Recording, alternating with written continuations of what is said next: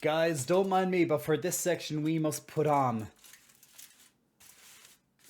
the tin foil hat. Is it okay now? Okay, something like that. This okay? This will do.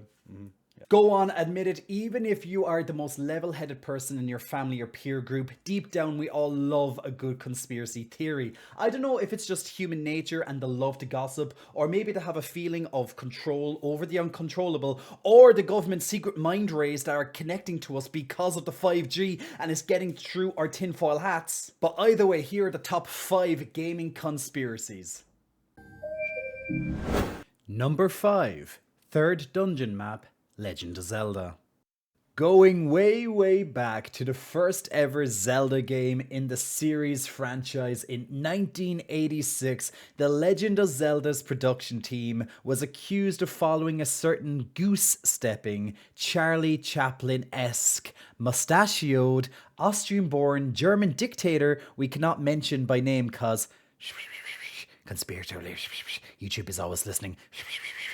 This accusation came about when some gamers noticed that the third dungeon in the game looked an awful like a certain famous symbol generally associated with the previously mentioned dictator who shall not be named, like Lord Voldemort. Oh, god damn it, I said it again, didn't I? Ah, damn it. And of course, the fact this is the third dungeon did not go unmissed by the pushers of this conspiracy theory. You get it, guys? Third, like third right, just not quite right. It's very similar, though. Merch! Es ist Zeit bereit! Wir müssen die Juden aufhalten! Es ist Zeit bereit! Wir müssen die Juden aufhalten! Number 4. Helltrees, Super Mario Galaxy 2. Moving right along from evil mid-20th century dictators, we are slipping comfortably into hell with Super Mario Galaxy 2, and things always watching you from a distance like a creepy stalker. Or the aptly named Hell Trees. These are indeed no myth or creepypasta, they are in fact real, and you can check it out for yourself. These trees, air quotes, can you see me doing air quotes? I guess you can't, but I'm doing air quotes, are featured in the Shiverburn Galaxy level of the game and are always watching Mario from the upper left-hand corner of the screen in the background. Helps to look up and left to see them clearly, just as an FYI. And they look a little less like trees and more like human figures with no eyes. So of course, something like this had the fandom needing to know more. But that just made it worse and raised even more questions. Upon some serious sleuthing by players, it was discovered these figures are part of a background file called Beyond Hell Valley. Yeah guys, Beyond Hell Valley. With the image of the 3 being labelled Hell Valley trees, like WTF.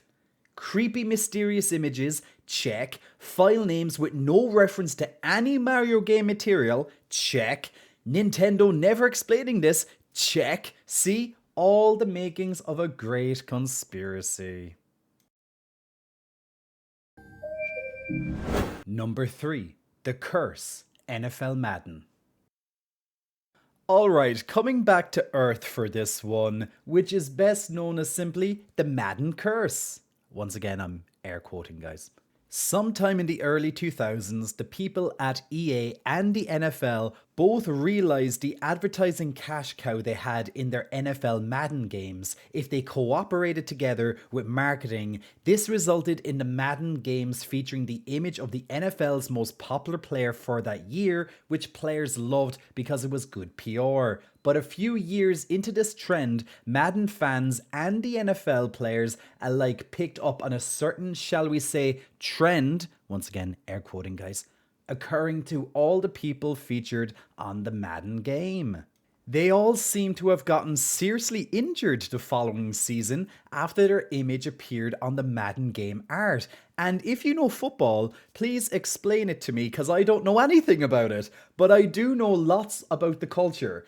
And they also tend to be more superstitious in nature in some really strange ways. So shortly after the 7th person to feature on the Madden game art, rumours of a curse were not far behind, resulting in a lot of NFL players outright refusing the free publicity that comes with the spot on the cover.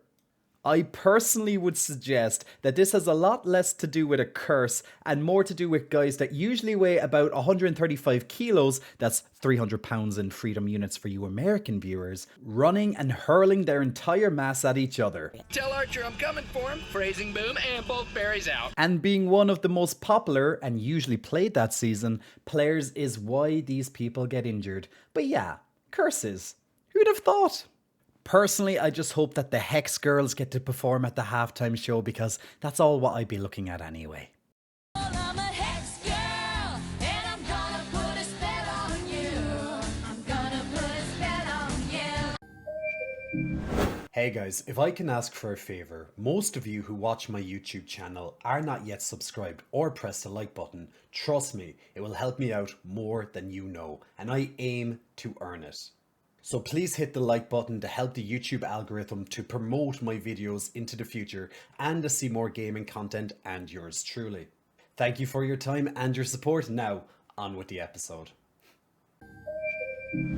Number 2. Secret of Karazhan Crypts, World of Warcraft.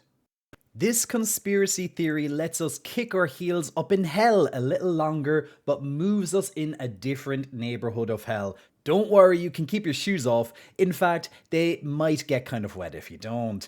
Back in the earlier days of World of Warcraft's development, Blizzard was unsure just how violent they wanted to go with WoW's content, and were walking a fine line between getting the desired T rating in the USA rather than the M rating, requiring devs to abandon some of the more violent or dark concepts. Apparently, this included a semi-finished but abandoned zone called the Karazhan Crypts, which featured a very different, air quotes, feel to the rest of the WoW zones.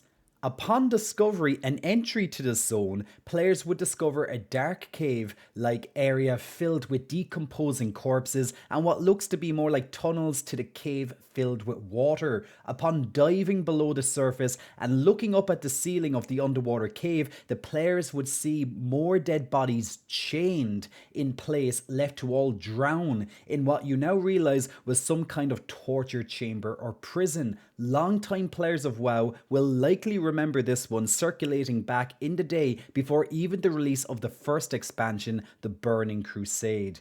Sometime after the expansion release, Blizzard took a few extra steps to prevent people cheesing their way into this, as many reports of this glitch allowed players access to this area. And Blizzard never intended for players to be able to access this area. After all, they had erected invisible barriers that prevent people from resurrecting and zoning into it. But the creepiest part of the conspiracy is it's still apparently there, likely because the files are somehow tied into other useful files. But in my head canon, it is where the devs gather to hold virtual satanic sacrifices in order to keep the game popular. And it's possible with the Season of Discovery that this conspiracy might actually see the light of day. Dun dun dun! Because later on in the Season of Discovery, it was showcased that these crypts may actually be open. However, the contents possibly changed. We will see. Number 1. Church of Lord Helix, Pokemon.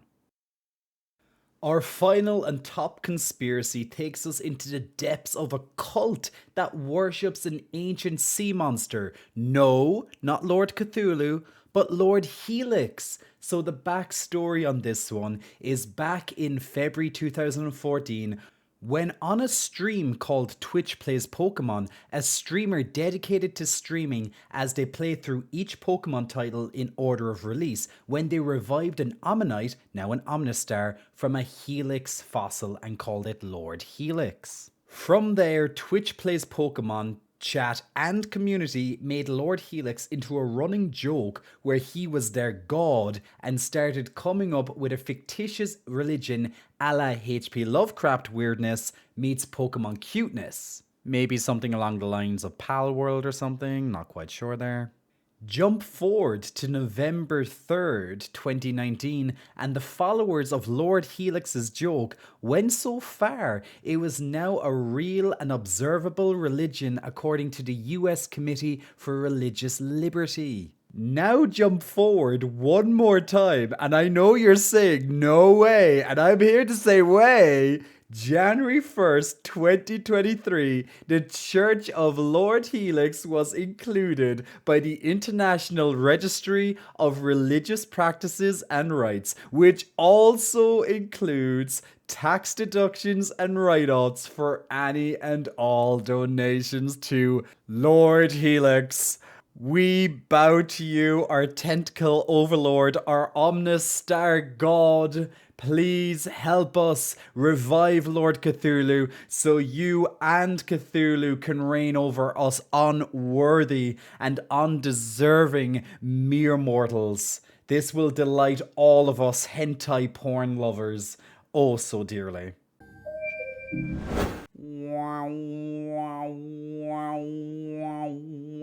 So that is it from us here today. What did you think of our list? Do you know of any good conspiracy theories around video games we should look into for the future?